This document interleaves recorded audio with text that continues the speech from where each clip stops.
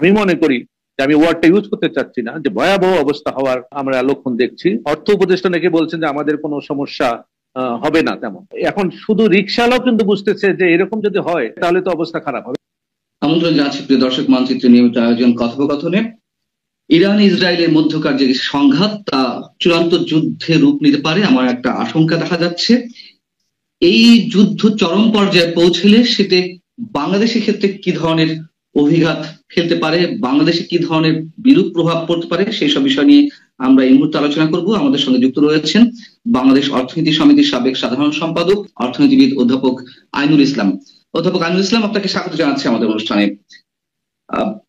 আপনাকে এই অবস্থা আমরা দেখতে পাচ্ছি যে একটা উত্তেজনা চরম ভাবে বৈশ্বিক ভাবে, সেই জায়গা থেকে আপনি বাংলাদেশের ক্ষেত্রে কোন ধরনের আশঙ্কা করছেন, কি ধরনের বিরূপ প্রভাব পড়তে পারে বলে আপনার কাছে মনে হচ্ছে আমাদের বিগত দিনের অভিজ্ঞতা থেকে? ধন্যবাদ আপনাকে। দেখুন, বাংলাদেশ শুধু শুধু বাংলাদেশ না, সারা বিশ্ব এখন যেভাবে পারস্পরিক কানেক্টেড, সেখানে যদি এই বিশ্ব অর্থনীতির কোথাও যদি সর্দি হয় তাহলে বাংলাদেশে সেক্ষেত্রে জ্বর হয়, এটা বলা হয় থাকে আর কি। সেদিক থেকে বাংলাদেশ একটা আমদানি নির্ভর একটা দেশ, একই সঙ্গে কিন্তু রপ্তানি রপ্তানি নির্ভর। হ্যাঁ, কারণ রপ্তানি যতটুকু হয় আমাদের, সেটি কিন্তু আমদানি, যে জ্বালানি আমদানি হয় সেটা উৎপাদনে ব্যবহৃত হয়, তারপরে কিন্তু আমরা রপ্তানি করি। সুতরাং আমরা আমদানি রপ্তানি একই সঙ্গে রেমিটেন্স, হ্যাঁ এই রেমিটেন্স, এটাও কিন্তু আমরা বিশেষ করে এই প্রভাবটা আমাদের একটু, আমি মনে করি যে ব্যাপক হওয়ার সম্ভাবনা রয়েছে। এছাড়া রেমিটেন্সের বিষয়টা, কারণ আমাদের মধ্যপ্রাচ্যে কিন্তু অনেক আমাদের শ্রমিক কাজ করে, সেই সব দেশে যদি অস্থিতিশীলতা থাকে তাহলে কিন্তু রেমিটেন্স প্রবাহটাও কমার সম্ভাবনা আছে। সবকিছু মিলে যুদ্ধ যদি এই দুই রাষ্ট্রের মধ্যে সংঘাত, ইরান বা ইসরায়েল, এই দুই দেশে তো আর আমাদের প্রবাসী ভাইয়েরা ওই দুই দেশে নাই, ওই দুই দেশের সাথে আমাদের বাণিজ্য তেমন একটা নেই। হ্যাঁ, সম্পর্ক তেমন একটা নেই। কিন্তু এই হরমুজ প্রণালীর কথা বলছি আমি।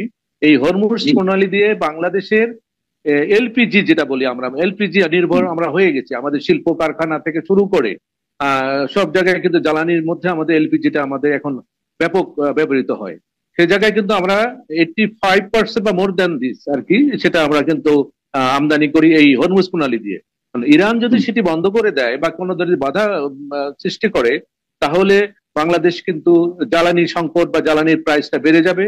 একই সঙ্গে আমরা যে রপ্তানি করি হরমুজ প্রণালী দিয়েও কিছু কিছু রপ্তানি করি, সেটাই সময় বেশি লাগবে, খরচ বাড়বে, এবং সে জায়গায় আমাদের অবশ্যই অবশ্যই খুব গুরুত্বপূর্ণ। আপনি হরমুজ প্রণালী যদি বন্ধ হয়ে যায় সে আশঙ্কা করছেন, আমি সে বিষয়ে আসছি। আগে একটু রেমিটেন্স প্রসঙ্গে আসি, যে ইরান এবং ইসরায়েলে তেমন কোনো প্রবাসী আমাদের নেই, কিন্তু আশপাশের রাষ্ট্রে যেমন ওমান, কাতার, এইসব রাষ্ট্রে রয়েছে। তো এই যুদ্ধের প্রভাব যদি পুরো মধ্যপ্রাচ্যে জড়িয়ে পড়ে, সেক্ষেত্রে তো সেখান থেকেই আমাদের প্রবাসীদেরকে ফিরিয়ে দেওয়ার বা তারা নিঃস্বেচ্ছায় চলে আসার একটা শঙ্কা রয়ে যায় কিনা, সেদিক থেকে আপনার রেমিটেন্সের বিষয়টা। শুধু চলে আসে না, আপনি যেটা বললেন যে আশেপাশে দেশগুলোর মধ্যে তো অস্থিরতা থাকবে, তো সেখানে শিল্প কারখানাগুলো ছাঁটাই করতে পারে, তাদেরকে কাজ কমিয়ে দিতে পারে, সবকিছু মিলে তাদের কিন্তু আর্নিংসটা কমে যাবে। তা আমাদের যে নির্ভরশীলতাটা রেমিটেন্সের উপর, সেই রেমিটেন্সের বড় অংশ আছে কিন্তু মিডিল ইস্ট থেকে। সেই মিডিল ইস্টে যদি এরকম সমস্যা হয় তাহলে তো আমাদের শ্রমিকরা রেমিটেন্স পাঠাতে পারবে না, বা পাঠালেও সেটা আগে পরিমাণটা আগের চেয়ে কমে যাবে। সুতরাং এই সংশয়ের জায়গাটা তো আমাদের থেকে গেছে, কারণ আমরা কিন্তু অন্যান্য দেশের তুলনায় আমরা মিডিল ইস্ট নির্ভর আমরা রেমিটেন্সটা। সুতরাং যুদ্ধ কোনোভাবেই মানে কল্যাণ নিয়ে আসে না। সুতরাং রেমিটেন্সটা উপরেও আমি মনে করি যে ফরেন কারেন্সি নির্ভরশীল। সেখানে যদি আমরা একই সঙ্গে রেমিটেন্স কমে আমার আমদানি রপ্তানির উপর প্রভাব পড়ে, তাহলে কিন্তু বাংলাদেশের অর্থনীতি খুব একটা মানে ভালো অবস্থার মধ্যে থাকবে বলে মনে হয় না। এবার আপনি যে গুরুত্বপূর্ণ বিষয়টি নিজ থেকে তুলছিলেন, যে হরমুজ প্রণালী দিয়ে যদি রপ্তানি বা আমদানি বন্ধ হয়ে যায়, যেমন বিশ্ব বাণিজ্যের তেলের কথা, জ্বালানি তেলের কথা যদি আমরা ধরি, তার প্রায় 20% হরমুজ প্রণালী দিয়ে প্রবাহিত হয়। তো সেটি বন্ধ করে দিলে শুধু এলএনজির উপরেই কি অভিঘাতটি আসবে, নাকি জ্বালানি তেল যেটি আমরা আমদানি করি? না, আমি বলি আমরা তো হরমুজ প্রণালী দিয়ে আমরা এলপিজি নিয়ে আসি, একই সঙ্গে ক্রুড অয়েল এই ক্রুড অয়েল কিন্তু আমরা 70% ক্রুড অয়েল এই সাউথ ইস্ট এশিয়াতে আসে হরমুজ প্রণালী দিয়ে টোটালে। সেখানে এর মধ্যে বাংলাদেশ আছে। সেখানে বাংলাদেশ যদিও পরিসংখ্যান খুব একটা স্পষ্ট পরিসংখ্যান না থাকলেও 10%-এর উপরে। সুতরাং এমনি কিন্তু আমরা এই জ্বালানির একটা সংকটে আছি এবং জ্বালানি নিয়ে দাম বাড়া হচ্ছে, ব্যবসায়ীরা বারবারই এটাকে নিয়ে তারা কথা বলছে। সবকিছু মিলে কিন্তু আমরা বিশেষ করে আমদানি রপ্তানি জায়গাটাতে আমরা কিন্তু খুব একটা সংকটের মধ্যে পড়ে যাব, এটা কিন্তু নিঃসন্দেহে বলা যায়। যদি জ্বালানি তেল আমদানি বন্ধই হয়ে যায় বা এলএনজি আমদানি বন্ধ হয়ে যায় ফর দ্য টাইম বিং, সেক্ষেত্রে মূল্যস্ফীতির উপরে কি ধরনের অভিঘাত করতে পারে?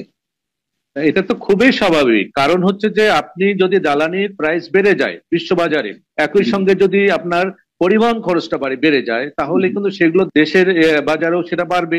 বাড়লে যেসব শিল্প কারখানা এই জ্বালানি ব্যবহার করে, গ্যাস ব্যবহার করে, তেল ব্যবহার করে, তাদের উৎপাদন খরচ বাড়বে।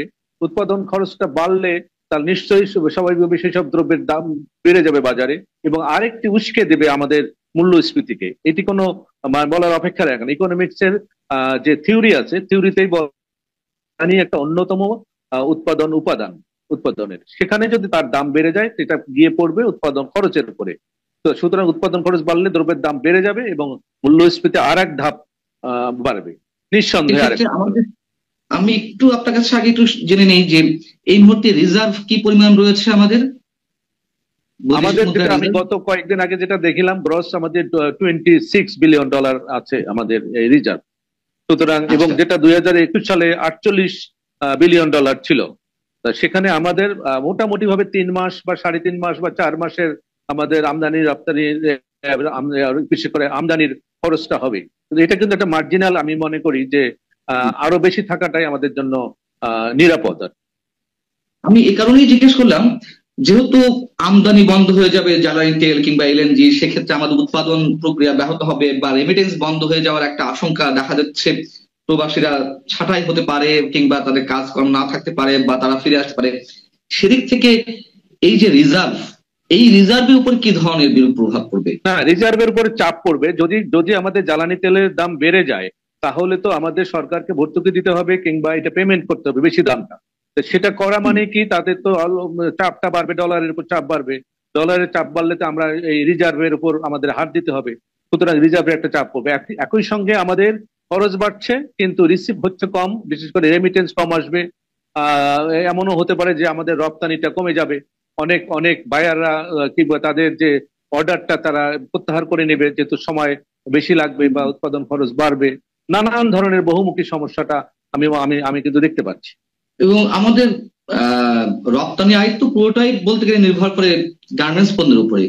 আর হরমুজ প্রণালী বন্ধ করা হলে এর সঙ্গে কি এটা কোনো সম্পৃক্ততা রয়েছে? যে আচ্ছা, অবশ্যই সম্পর্ক আছে। কারণ দেখুন, হ্যাঁ, গার্মেন্টস একটা হলো আপনার ফিনিশ গুডসটা হরমুজ প্রণালী দিয়ে কিছু যায়, ঠিক আছে, এটা একটা বিষয়। আর একটি হচ্ছে যে এই যে গার্মেন্টস ইন্ডাস্ট্রি গুলো, তো তাদের তো জ্বালানি লাগে। সেই জ্বালানিটা আসে থেকে ওই হরমুজ প্রণালী দিয়ে কিছু আসে, বিশেষ করে এলপিজি। অনেক ইন্ডাস্ট্রি আছে তারা কিন্তু পুরোপুরি ভাবে এলপিজির উপরে নির্ভরশীল। এবং আমি দেখলাম এবার যে ঢাকার বাইরে জেলাগুলোতে এলপিজি দিয়ে তারা গাড়ি চালাচ্ছে। সুতরাং এলপিজির ব্যবহারটা বাংলাদেশে ব্যাপক হয়েছে। সেদিক থেকে বললেন যে গার্মেন্টস এর উৎপাদন খরচ বাড়বে, এবং শুধু তাই নয়, অনেক ছোট ছোট গার্মেন্টস কিন্তু তারা উৎপাদনটা চালু রাখতে পারবে বলে মনে হয় না জ্বালানির সংকটে। একদিকে দাম বাড়বে, একদিকে সরবরাহটা বিঘ্ন হবে। সুতরাং আমাদের কিন্তু সেক্ষেত্রে রপ্তানিটা আরএমজি রপ্তানির ক্ষেত্রে বাধাপ্রাপ্ত হওয়ারও সম্ভাবনা রয়েছে।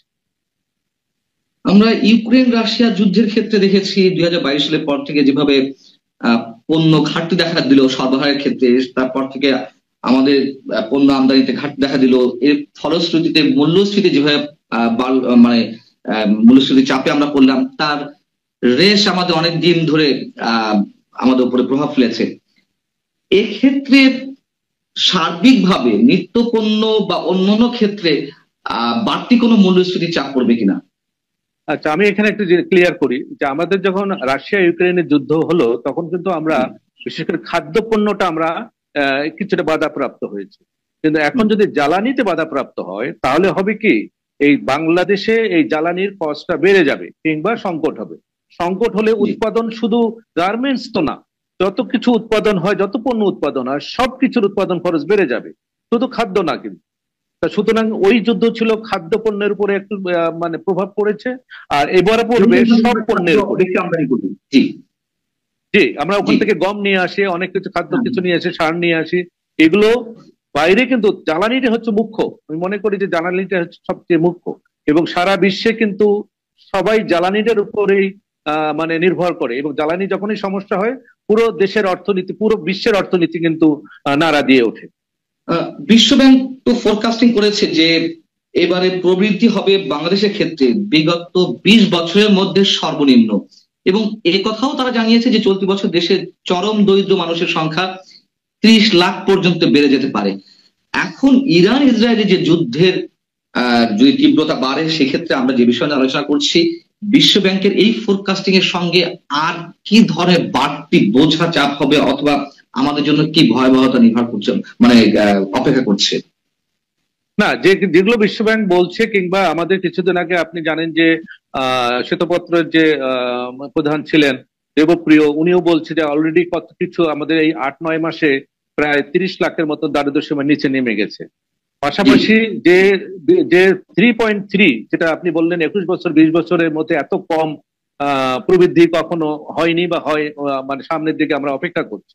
প্রবৃদ্ধি কমা মানে হচ্ছে যে আপনার বিনিয়োগ হচ্ছে না। আপনি তারপরেও জানেন যে আমরা গত আলোচনায় আমি বলেছিলাম যে এবার যে বিদেশি বিনিয়োগ, শুধু দেশি বিনিয়োগ, দুইটা বিনিয়োগে কিন্তু তলানিতে আছে। সুতরাং আপনার প্রবৃদ্ধি হবে কি দিয়ে যদি মানে বিনিয়োগ না হয়? আর বিনিয়োগ না হলে আপনার কর্মসংস্থান হবে না, কর্মসংস্থান না হলে সামাজিক একটা অসন্তোষ কিন্তু মানে মাথাচাড়া দেবে।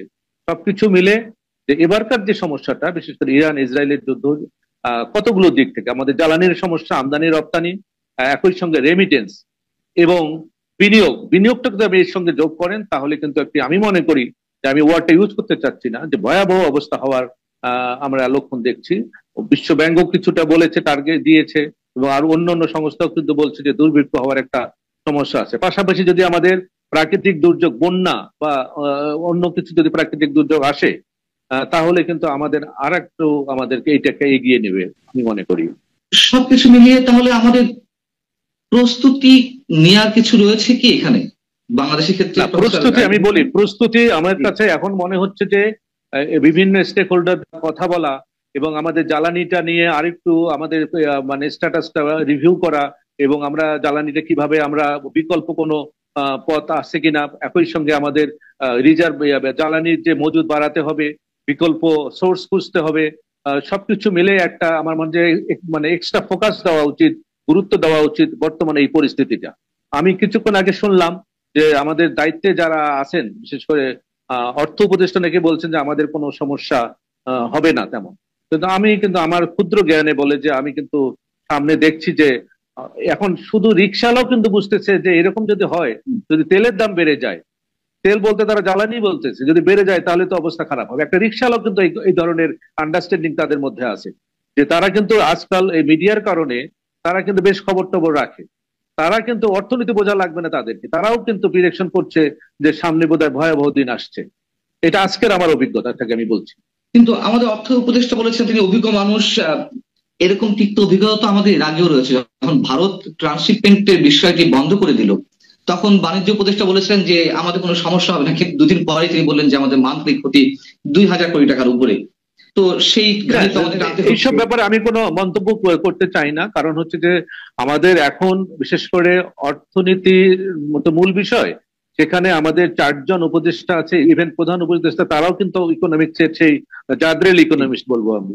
তাদের উপস্থিতিতে, তাদের ইয়েতে যদি অর্থনীতি এর অবস্থা হয়, তাহলে তো আমরা আর কোথায় যাব? সুতরাং আমি মনে হয় না যে তাদের মন্তব্য কোনো পরিসংখ্যান ভিত্তিক মন্তব্য দিচ্ছে কিনা আমি জানি না। এবং যেটা আপনি নিজেই বললেন যে তারপরের দিন বলছে যে আমাদের কি টাকা, কত টাকা খরচ, কি বলে বেশি খরচ হবে। হ্যাঁ, তা সুতরাং আপনি ওখানে আপনি বিবেচনা করুন। আমরা আসলে বুঝতে পারছি না, আপনি যদি আপনার জায়গা থেকে বলেন যে সরকারের এইগুলো কি উদাসীনতা, নাকি এক ধরনের বাইপাস করা, অ্যাভয়েড করা ইচ্ছাকৃত হবে, নাকি আমাদের দক্ষতার অভাব যারা সংশ্লিষ্ট অবস্থায় রয়েছে? না, আমি কিন্তু দক্ষতার অভাব বলি না, দক্ষতার অভাব আমি এখন, যদি আপনি একটা সত্য কথাটা যদি আপনি বলেন, তাহলে তো মানুষের মধ্যে একটা মেসেজ যাবে, মানুষ আরো কি বলবো অনিশ্চয়তার মধ্যে চলে যাবে। সে কারণে হয়তো কিছুটা বাইপাস করা হচ্ছে আমার মনে হয় আর কি। তা না হলে যে এই যে আমি তেলের হিসাবটার কথা বললাম, পরিসংখ্যান দিয়ে যদি আপনি বলি, তাহলে তো যে আমাদের তেমন কিছু ক্ষতি হবে না, কথাটা তো আসলে যায় না। আমার কথা, এই কথাটা যায় না। সুতরাং তেলের দাম বাড়লে পৃথিবীতে, আপনি ওপেকের মনে আছে এর আগের যে সংকটগুলো হয়েছে বিকজ অফ তেলের প্রাইস দিয়ে, বিশ্ব অর্থনীতিতে আমি বলবো, বিশ্ব অর্থনীতি, আর বিশ্ব অর্থনীতি সমস্যা হলে বাংলাদেশ বোধহয় আগেই এফেক্টেড হয়। আপনার পরামর্শটা কি? আপনি তো নিজেই বললেন যে আমাদের জ্বালানির জন্য বিকল্প উৎসটা বের করে রাখা দরকার বা সেখানে যোগাযোগ রাখা দরকার। বিকল্প উৎসটা কি হতে পারে? এমনি তো আমরা তো বিকল্প আপনি হ্যাঁ, আমাদের এখানে পরিসংখ্যান গুলো রিভিউ করা দরকার, যে আমরা কি রকম বাধা আমাদের আসতে পারে। সেই বাধাগুলোতে অন্যান্য দেশ থেকে যারা জ্বালানির রপ্তানি করে তাদের ওই সোর্স থেকে আনা উচিত, এবং আমাদের নবায়নযোগ্য, যেটা আমি বারবারই বলি আমরা, যে নবায়নযোগ্য যে জ্বালানি, এটার উপর ফোকাস দেওয়া উচিত, গুরুত্ব দেওয়া উচিত, একটা প্রায়োরিটি দেওয়া উচিত, দিয়ে আমাদের কোনো রকম একটি অবস্থার মধ্যে আমাদের থাকা আর কি। কারণ তা না হলে কিন্তু পুরোপুরি নির্ভরশীলতা আমাদের যে কোনো সময় সমস্যা হতে পারে, কিন্তু যে কোনো সমস্যা। সুতরাং আমরা নিজে আমাদের কতটুকু স্বনির্ভরতা আছে সেটা কিন্তু বিবেচনায় নিয়ে আসা উচিত। আমার শেষ কোশ্চেন, মানে আপনি এলএনজি বা জ্বালানির ক্ষেত্রে বলছিলেন প্রবাসী যারা রয়েছে, যদি আনফর্চুনেটলি তাদেরকে ছাঁটাই করা হয় বা তাদেরকে দেশে ফিরে আসতে হয়, সেই প্রবাসীদের জন্য বা আমাদের কি করণীয় রয়েছে, বা আপনার কোনো পরামর্শ সরকারের উদ্দেশ্যে রয়েছে কিনা? প্রথম পরামর্শ হচ্ছে প্রবাসীরা যেন অন্ততপক্ষে তাদের জন্য কোনো ধরনের মানে কি বলবো ওটাকে, যে প্যানিক যেন তৈরি না হয় তাদের কাছে, তারা যেন মোটামুটি ভাবে ঠান্ডা মাথায় চিন্তা করে, এবং এর পাশাপাশি ওইসব দেশের যে আমাদের যে প্রতিনিধি আছে, বিশেষ করে দূত বা অ্যাম্বাসেডর যারা আছে, তাদেরকে এটা আমাদের অন্ততপক্ষে যেসব জায়গায় চাকরি করে সব জায়গায় যোগাযোগ করে তাদের জন্য কোনো রকম বিপদে না পড়ে সেই চেষ্টা করা উচিত। এবং বিকল্প অন্যান্য দেশ আরো আমরা শ্রমিক পাঠাতে পারি কিনা সেটাও দেখা উচিত, দক্ষ শ্রমিক তৈরি করে সেসব দেশে পাঠানো উচিত। শুধুমাত্র আমরা এই এই এই এই মধ্যপ্রাচ্য নির্ভর মানে শ্রমিক পাঠানো থেকে আমরা অন্যান্য বিকল্পগুলো বুঝতে পারি। এর জন্য দরকার একটা ব্যাপক গ্রাউন্ড ওয়ার্ক করা দরকার। অনেক ধন্যবাদ অধ্যাপক আনোয়ারুল ইসলাম আমাদেরকে সময় দেওয়ার জন্য। দর্শক, শেষ করছি, নিশ্চয়ই ইরান ইসরায়েল যুদ্ধ বাঁধবে কি বাঁধবে না, তেমন একটি অনিশ্চয়তার মধ্যে বা একটি সন্দেহ দ্বন্দ্বের মধ্যে না থেকে আমাদেরকে নেগেটিভটি ধরে রেখে নিশ্চয়ই সরকারের অনেক কিছু করার রয়েছে, যেটি অধ্যাপক আনোয়ারুল ইসলাম বলার চেষ্টা করছিলেন। অবশ্যই আমরা চাইবো যে এরকম কোনো সংঘাত বা যুদ্ধের দিকে পুরো বিশ্বে জড়িয়ে না পড়ুক, সেটুকু নিশ্চয়ই আমরা প্রত্যাশা করতেই পারি। ভালো থাকুন সবাই, আল্লাহ হাফিজ।